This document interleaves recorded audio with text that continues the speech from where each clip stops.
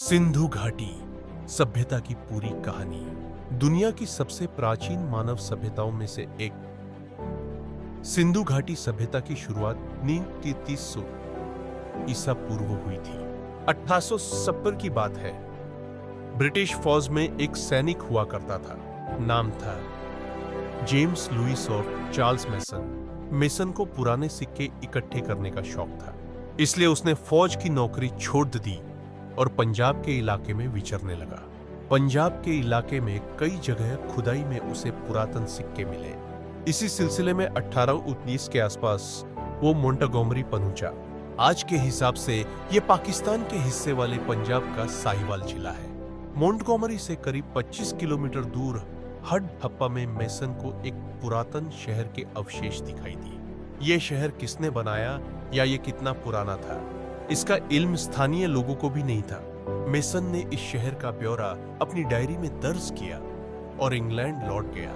वहां पहुंचकर उसने एक किताब लिखी। इस किताब में उसने बलूचिस्तान, अफगानिस्तान और पंजाब के इलाके में अपनी यात्रा का ब्यौरा लिखा, जिसमें हडहप्पा में मिले उस पुरातन शहर का भी जिक्र था।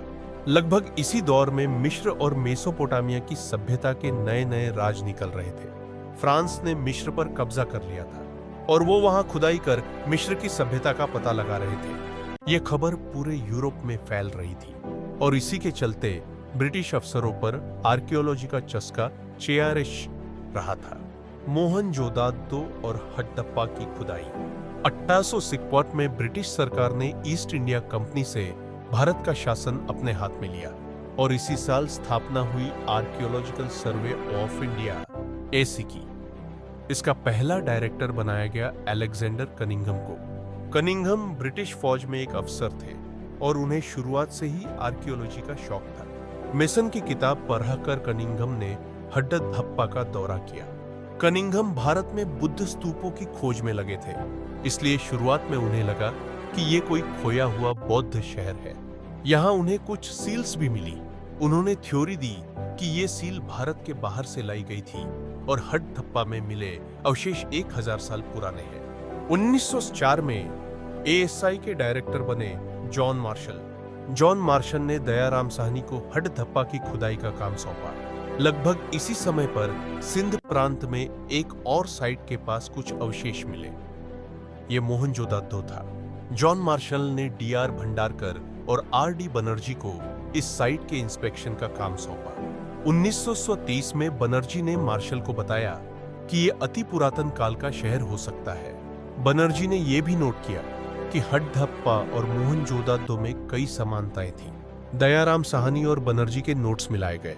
अंत में 1934 में जॉन मार्शल ने लंदन की एक मैगजीन के माध्यम से घोषणा की कि उन्होंने एक पुरातन सभ्यता की खोज की है, जिसे नाम दिया गया सिंधु घाटी सभ्यता। चूंकि पहली खोज हडप्पा में हुई थी, इसलिए इसे हडप्पन सभ्यता भी कहा जाता है। मोहनजोदाड़ो की खुदाई का काम 1925 में शुरू हुआ, जो 1931 तक चला। 1947 में बंटवारे के बाद यह हिस्सा पाकिस्तान में चला गया।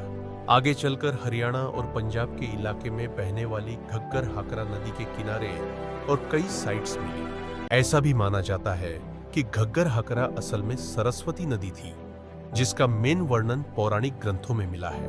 बहरहाल साल 2002 तक हडप्पा सभ्यता की 1000 से ज्यादा साइट्स खोजी जा चुकी थी। 2008 की एक रिपोर्ट के अनुसार इनमें से 616 साइट्स भारत में हैं, जबकि 406 पाकिस्तान के हिस्से में। सिंधु घाटी सभ्यता के 5 शहर प्रमुख हैं: हडप्पा, मोहनजोदड़ो, धोलावीरा, गनेरीवाला और राखीगिरी। चलिए समझते हैं सिंधु घाटी सभ्यता के शहरों से हमें तब के मनुष्यों के बारे में क्या पता चला। इसके अलावा 3 सवालों के जरिए सिंधु घाटी सभ्यता के बारे में जानने की कोशिश करेंगे। सिंधु घाटी सभ्यता की शुरुआत कैसे हुई? आज से करीब 5000 साल पहले लोग कैसे रहते थे? और तीसरा सवाल, सिंधु घाटी सभ्यता का अंत कैसे हुआ? क्यों ये शहर खंडरों में तब्दील हो गए? सिंधु घाटी सभ्यता की शुरुआत कैसे हुई? शुरू से शुरू करते हैं, पहले सवाल से। सिंधु घाटी सभ्यता की शुरुआत कैसे हुई? सिंधु घाटी सभ्यता की खोज के लिए जिन साइट्स की खुदाई हुई उनमें से एक का नाम है मेहरगीर एज। ये साइट बलूचिस्तान में है। इसका समय 7000 से 550 ईसा पूर्व माना जाता है। इसी काल की एक साइट भारत में भी है, भिरडाना, जो फतेहाबाद जिले में पीडीडी स्थित है।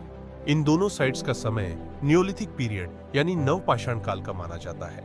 आसान शब्दों में वो समय जब इंसान ने खेती करना शुरू कर दिया था। इसे पूर्व हड्डहप्पा काल भी कहा जाता है, क्योंकि इस काल में सभ्यता की शुरुआत नहीं हुई थी।